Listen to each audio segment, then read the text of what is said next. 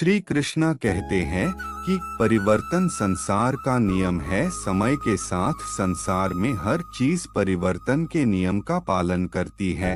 सत्य कभी दावा नहीं करता कि मैं सत्य हूँ, लेकिन झूठ हमेशा दावा करता है कि सिर्फ मैं ही सत्य हूँ।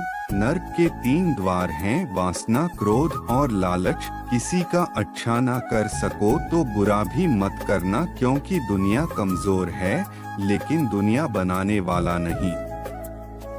सदैव संदेह करने वाले व्यक्ति के लिए प्रसन्नता ना इस लोक में है ना ही कहीं, और जो चीजें हमारे दायरे से बाहर हो उसमें समय गंवाना मूर्खता ही होगी। न तो यह शरीर तुम्हारा है और न ही तुम इस शरीर के मालिक हो। यह शरीर 5 तत्वों से बना है, आग, जल, वायु, पृथ्वी और आकाश। एक दिन यह शरीर इन्हीं 5 तत्वों में विलीन हो जाएगा। जिंदगी में हम कितने सही हैं और कितने गलत हैं, यह केवल 2 लोग जानते हैं, एक परमात्मा और दूसरी हमारी अंतरात्मा। परिवर्तन ही संसार का नियम है। एक पल में हम करोड़ों के मालिक हो जाते हैं और दूसरे पल ही हमें लगता है कि हमारे पास कुछ भी नहीं है। क्रोध से भ्रम पैदा होता है, भ्रम से बुद्धि व्यग्र होती है, जब बुद्धि व्यग्र होती है तब तर्क नष्ट हो जाता है, जब तर्क नष्ट होता है तब व्यक्ति का पतन हो जाता है। जैसे अंधेरे में प्रकाश की ज्योति जगमगाती है, ठीक उसी प्रकार से सत्य की चमक भी कभी फीकी नहीं पड़ती। इसलिए व्यक्ति को सदैव सत्य के मार्ग पर चलना चाहिए।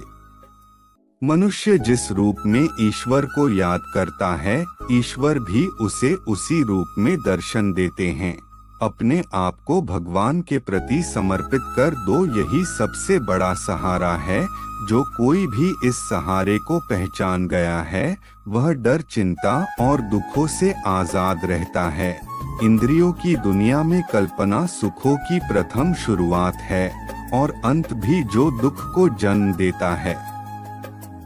मन की गतिविधियों, होश, श्वास और भावनाओं के माध्यम से भगवान की शक्ति सदा तुम्हारे साथ है और लगातार तुम्हें बस एक साधन की तरह प्रयोग करके सभी कार्य कर रही है। बुरे कर्म करने वाले सबसे नीच व्यक्ति जो राक्षसी प्रवृत्तियों से जुड़े हुए हैं और जिनकी बुद्धि माया ने हर ली है, वो मेरी पूजा या मुझे पाने का प्रयास नहीं करते। बुद्धिमान को अपनी चेतना को एकजुट करना चाहिए और फल के लिए इच्छा छोड़ देनी चाहिए। सज्जन व्यक्तियों को सदैव अच्छा व्यवहार करना चाहिए, क्योंकि इन्हीं के पद चिन्हों पर सामान्य व्यक्ति अपने रास्ते चुनता है। निर्माण केवल पहले से मौजूद चीजों का प्रक्षेपण है। अपने अनिवार्य कार्य करो, क्योंकि वास्तव में कार्य करना निष्क्रियता से बेहतर है। इस संपूर्ण संसार में कोई भी व्यक्ति महान नहीं जन्मा होता है, बल्कि उसके कर्म उसे महान बनाते हैं। गीता में कहा गया है, कोई भी अपने कर्म से भाग नहीं सकता, कर्म का फल तो भुगतना ही पड़ता है। अपने कर्म का पालन करो, क्योंकि वास्तव में कर्म अकर्म से बेहतर है। सही कर्म वह नहीं है जिसके परिणाम हमेशा सही हो, अपितु सही कर्म वह है जिसका उद्देश्य कभी गलत ना हो। इंसान हमेशा अपने भाग्य को कोसता है, यह जानते हुए भी कि भाग्य से भी ऊंचा उसका कर्म है, जिसके स्वयं के हाथों में है। बिना फल की कामना से किया गया कार्य ही सच्चा कर्म है। ईश्वर चरण में हो समर्पण, वही केवल धर्म है। ज्ञानी व्यक्ति ज्ञान और कर्म को एक रूप में देखता है। ज्ञानी व्यक्ति को कर्म के प्रतिफल की अपेक्षा कर रहे अज्ञानी व्यक्ति के दिमाग को अस्थिर नहीं करना चाहिए। अप्राकृतिक कर्म बहुत तनाव पैदा करता है। किसी और का काम पूर्णता से करने से कहीं अच्छा है कि अपना काम करें, भले ही उसे अपूर्णता से करना पड़े। अच्छे कर्म करने के बावजूद भी लोग केवल आपकी बुराइयां ही याद रखेंगे, इसलिए लोग क्या कहते हैं इस पर ध्यान मत दो, तुम अपना कर्म करते रहो। कर्म उसे नहीं बांधता जिसने काम का त्याग कर दिया है।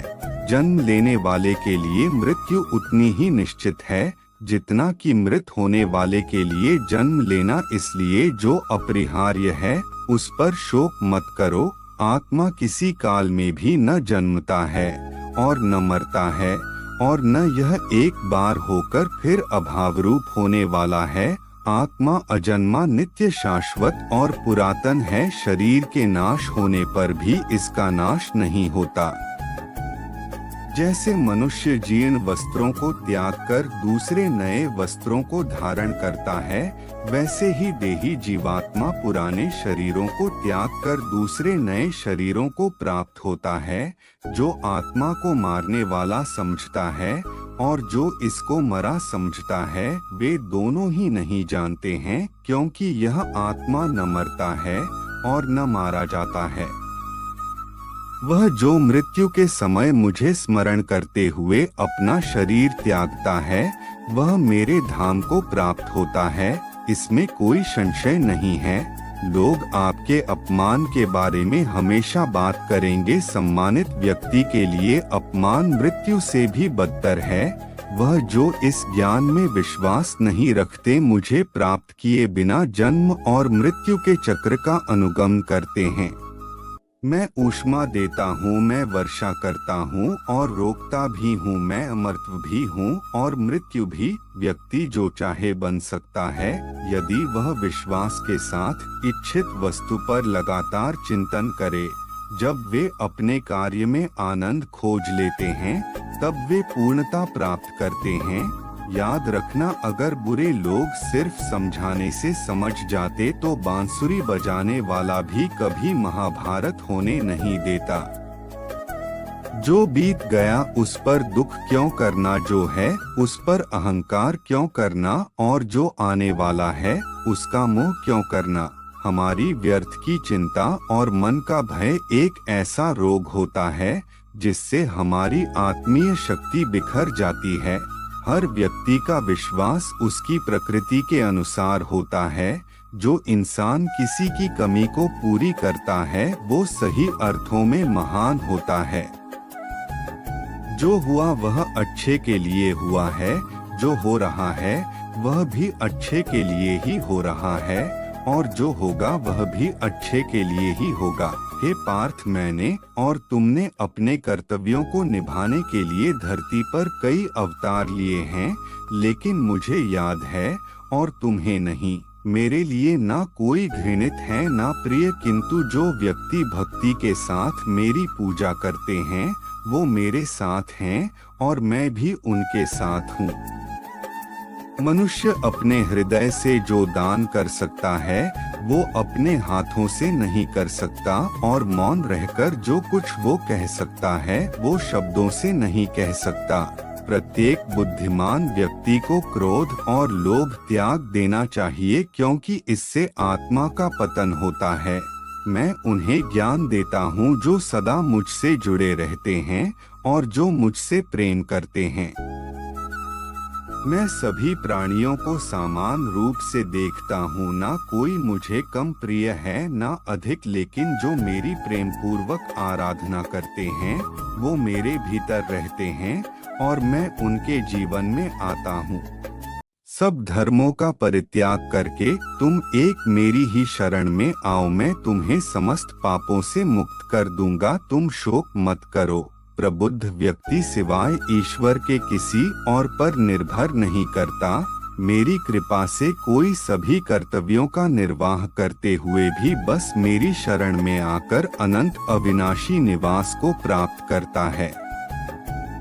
हे अर्जुन, केवल भाग्यशाली योद्धा ही ऐसा युद्ध लड़ने का अवसर पाते हैं जो स्वर्ग के द्वार के समान है। भगवान प्रत्येक वस्तु में है और सबके ऊपर भी। मुक्ति का मुख्य द्वार केवल भगवत भक्ति ही है, जिसे सभी को स्वीकार करना चाहिए। ईश्वर ने हमें जो कुछ भी दिया है वही हमारे लिए पर्याप्त है और यही एक अटल सत्य भी है। संयम, सदाचार, स्नेह एवं सेवा ये गुण सत्संग के बिना नहीं आते। बुद्धिमान व्यक्ति कामुक सुख में आनंद नहीं लेता। वह व्यक्ति जो सभी इच्छाएं त्याग देता है और मैं और मेरा की लालसा और भावनाओं से मुक्त हो जाता है, उसे अपार शांति की प्राप्ति होती है। जो व्यक्ति आध्यात्मिक जागरूकता के शिखर तक पहुंच चुके हैं, उनका मार्ग है निस्वार्थ कर्म। जो भगवान के साथ संयोजित हो चुके हैं, उनका मार्ग है स्थिरता और शांति। जो मन को नियंत्रित नहीं करते, उनके लिए वह शत्रु के समान कार्य करता है।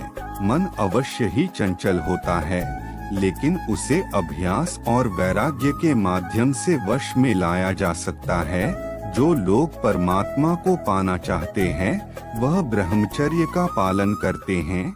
जो कार्य में निष्क्रियता और निष्क्रियता में कार्य देखता है, वह एक बुद्धिमान व्यक्ति है। मैं धरती की मधुर सुगंध हूँ, मैं अग्नि की ऊष्मा हूँ, सभी जीवित प्राणियों का जीवन और सन्यासियों का आत्मसंयम हूँ। तुम उसके लिए शोक करते हो जो शोक करने के योग्य नहीं है, और फिर भी ज्ञान की बातें करते हो। बुद्धिमान व्यक्ति ना जीवित और ना ही मृत व्यक्ति के लिए शोक करते हैं। कभी ऐसा समय नहीं था जब मैं, तुम या ये राजा महाराजा अस्तित्व में नहीं थे, ना ही भविष्य में कभी ऐसा होगा कि हमारा अस्तित्व समाप्त हो जाए। हे अर्जुन, हम दोनों ने कई जन्म लिए हैं, मुझे याद हैं, लेकिन तुम्हें नहीं। हे अर्जुन, वह जो वास्तविकता में मेरे उत्कृष्ट जन्म और गतिविधियों को समझता है, वह शरीर त्यागने के बाद पुनः जन्म नहीं लेता और मेरे धाम को प्राप्त होता है।